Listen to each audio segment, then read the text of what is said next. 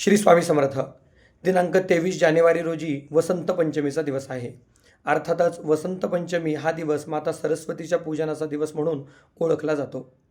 वसंत पंचमीच्या दिवशी माता सरस्वतीचे पूजन केल्याने विद्या, ज्ञान, बुद्धी आपल्याला अधिक प्रमाणामध्ये प्राप्त होते. अर्थातच विद्येची, बुद्धीची, वाणीची, ज्ञानाची जी देवता आहे ती माता सरस्वती आहे. त्यामुळे ज्या मुलामुलींना विद्याभ्यासामध्ये यशप्राप्ती हवी आहे, तसेच ज्यांना बोलायला अडचण येते, उदाहरणार्थ काही लहान मुलं असतात, ते उशिरा बोलतात, अडखळत बोलतात, त्यांना वाणी दोष असतो, तो वाणी दोष निवारण होण्यासाठी विशेष उपाय सांगणार आहे.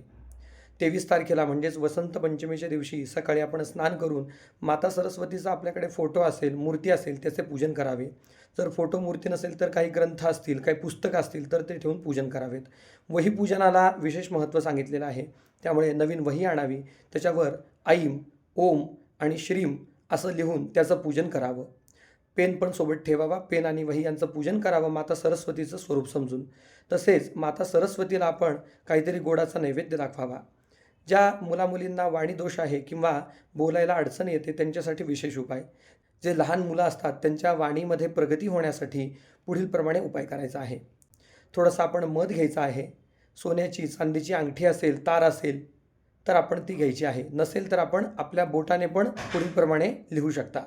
लहान मुलांच्या जिभेवर आपण ओम, ऐम किंवा श्रीम या तिन्ही अक्षरांपैकी एखादं अक्षर आपण तिथे लिहायचं आहे मधाने आणि ते बाळाला चाखायला सांगायचं आहे, मुलाला चाखायला सांगायचं आहे.